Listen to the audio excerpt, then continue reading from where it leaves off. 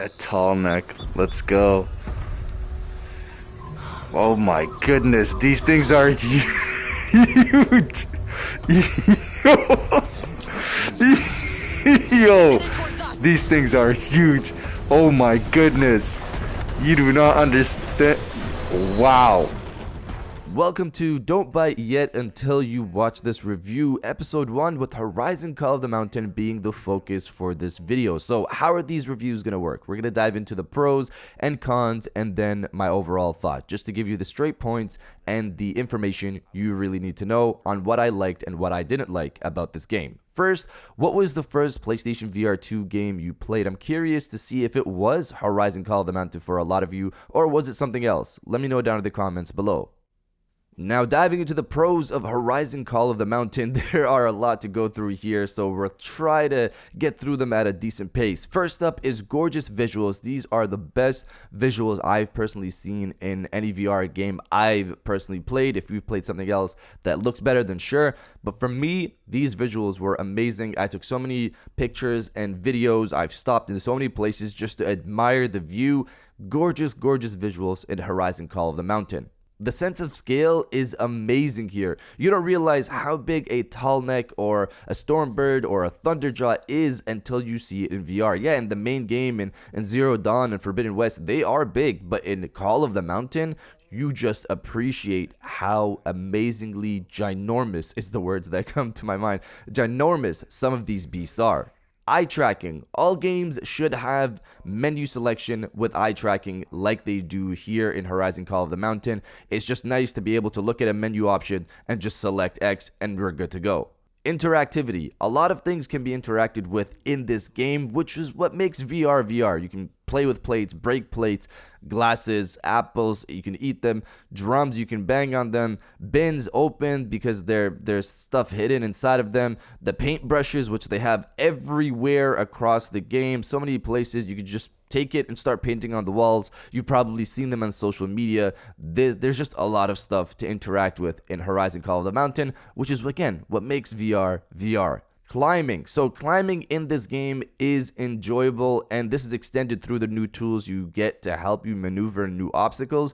It is great, but there's also a con side to this, but I enjoyed it to a certain degree. Haptics on the headset. This was amazing. It's more intense than reviewers let on. The reviewers made it seem like you just feel a bit of a touch and then that's it. Maybe my head is more sensitive than most people.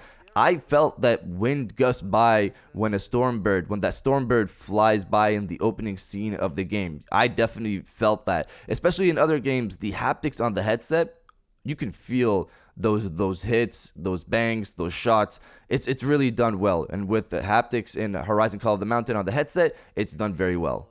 Adaptive triggers work well to add tension to pulling the bow, climbing, etc. Adaptive triggers work as expected in Horizon Call of the Mountain. They're a nice addition. Now, the haptics on the controller are something else. They're done very well here, where you can feel various things in the world, from enemies running by to the water, to touching branches on a tree, to grabbing part of the mountain. And depending if you're grabbing on rope or metal, it all feels different. You can feel what you're grabbing on, and it's done very well. So this is one of the things that I like, little touches that VR games do. The in-world health UI, which is on your left or right hand, it's kind of just like leaves that are green or yellow. Green for your health, yellow for your armor. It's another way to just keep you inside of the world, and it's just a nice little touch that I like when VR games do things like this. Combat. So combat is a lot of fun in Horizon Call of the Mountain. Fighting with the bow never felt so good. Thanks to eye tracking for helping with the assist and aiming, I suggest keeping it on. It takes away some of the frustration, but doesn't make you feel like you're not doing the work. At least that's how I felt, because you still had to aim, lock into those certain points, and get those hits, especially when you're fighting multiple enemies at once, which you do a lot of later on in Horizon Call of the Mountain. Actually, even earlier on, you kind of fight multiple enemies, and then it's just the norm to fight multiple enemies all the time. And dodging the blows mid-fight is intense and fun, and landing those hits on the critical points on each of the beasts is very satisfying. Crafting your arrows adds another level of immersion compared to just pressing a button. In this game, you have to actually physically craft your arrows. There's 4 different types of arrows that you can craft: your tier, shock, fire, and precision arrows. Precision are my favorite. Your basic arrows are unlimited. You don't have to craft them. They're there always ready for you to take shots on, which again adds a bit more fun to the game. I love the pickaxe jump in this game. Now, the pickaxe is just one of the tools that you use to maneuver around the world. It's just, again, one of the tools to help you with climbing. But I want to focus on it because there are certain points where you jump and you're jumping onto a mountainside, and there's parts where you can, climb using the pickaxe. And it just makes you feel like a superhero just to automatically have them there ready to pull from your shoulders to grab onto the side of the mountain. I always love when that happens. Setting up which shoulder to assign weapons to for quick access. So in the game, it lets you assign the bow or the blast sling on either side of the shoulders for quick access. There's actually a con to this, which we'll get into when we get into the cons side of the video. But again, it's there for quick convenience, and it's normal in VR to have this feature, but again, I wanted to just highlight it here. And the final pro for the game is being able to reproduce the tools on the fly and throw them away. So there's a bunch of tools that allow you to climb around and maneuver around the world faster, and being able to just produce them and then throw them away and not worry about inventory or where they are on your body or stuff like that, because there's a lot of tools. There's essentially a wheel of tools that you can use. I appreciated that, and it made the game allow you to focus more on the journey than focus on inventory and management there. Now, diving into the cons, there are less cons than pros, obviously, because I really did enjoy Horizon Call of the Mountain. But let's just jump into the first con here. There were some tracking issues. There's sometimes weird things that happen. Tracking is off when trying to interact with different things in the world. Your hand just kind of glitches sometimes. This didn't happen as much in other games like After the Fall, for example, which is another game that I was playing alongside Horizon Call of the Mountain. But I'm going to say this is probably because of just how interactive Horizon Call of the Mountain is. It's way more interactive than After the Fall, for example, and I'm gonna say it's probably because of that. But yeah, there were some tracking issues playing the game.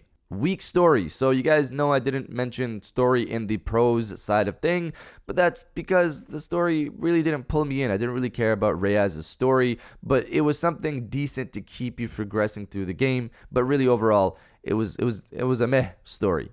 The blur effect. So when characters are moving around or when you're looking at stuff in the distance, there's this weird blur effect, or I guess it's labeled as ghosting, that happens in this game. I heard the solution to this was to turn down the brightness of the game, and what do you know? I turned down the brightness and I didn't really notice it after that. But yeah, there is a bit of that. Bit of ghosting, I guess, is the word to use. Rock building mini game. So I don't know why they have this in the game to play with. I don't know. I the first time I saw it, I did it. Afterwards, throughout the rest of the game, I maybe touched it a bit, but I didn't really bother as much with these rock building mini games. I found them boring. At certain points, you have climbing fatigue. So, as I said, there's a con to the climbing in this game. Yes, it's enjoyable with all the tools that you get that makes it more interesting as you're getting through the game and progressing through different obstacles, but you just kind of want to get to the next battle at some points, but there's more climbing. Sometimes you're going through, you're like, yeah, the climbing is enjoyable, I'm enjoying it, but then there's just more climbing, and you're like, when is the next battle? I really want to get to the next battle. So for me, there was definitely some climbing fatigue at certain points in the game. Limited weapon selection to bow and blast sling. While it is nice to be able to assign either the bow or blast sling to the either right of the shoulder, it's limited. There's only 2 weapons. In the main games, there's a whole weapon wheel of weapons to choose from to strategically take out these beasts. But in this game, there's only 2 weapons. I'm assuming they did that for simplicity, to make it easier on people not to go through another weapon wheel and instead just have 2 weapons on your shoulders, and that's it. One here, one there for quick access, and a nice introduction into VR than dealing with having a bunch of games. And it's kind of the norm to have 2 weapons there in VR. But again, it's when you've played Horizon Zero Dawn and Forbidden West, it does feel a bit limiting not to have the arsenal of weapons that you have from that game. And the final thing on the cons list is you cannot run. I don't know why you can't run in this game. There are certain points that I just want to maneuver and move fast. and just be able to click and run, but you cannot run in this game. Hopefully they add it in whatever sequel they do, maybe, potentially. I need to be able to run.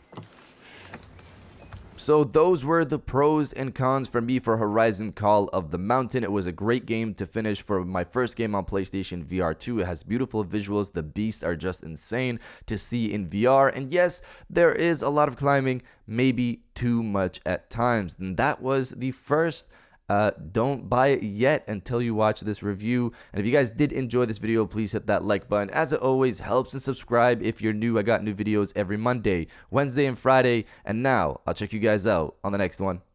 And welcome back to the after show. This is the part of the video where we have a little fun down in the comments below. If you're old, welcome back. If you're new, welcome. For this video, Stengo, what I want you guys to do is to body, obliterate, destroy, and overall harass the comment section with the power of PSVR2. Playing this game is just amazing to see these visuals. Clearly, there's a lot of horsepower in this platform with PSVR2 and PlayStation 5. And if you're excited for the future of it, destroy the comment section with the power of PSVR2. And I'll definitely heart those comments like I always do, because I appreciate everybody who stays to the end of my videos. And now, I'll check you guys out on the next one.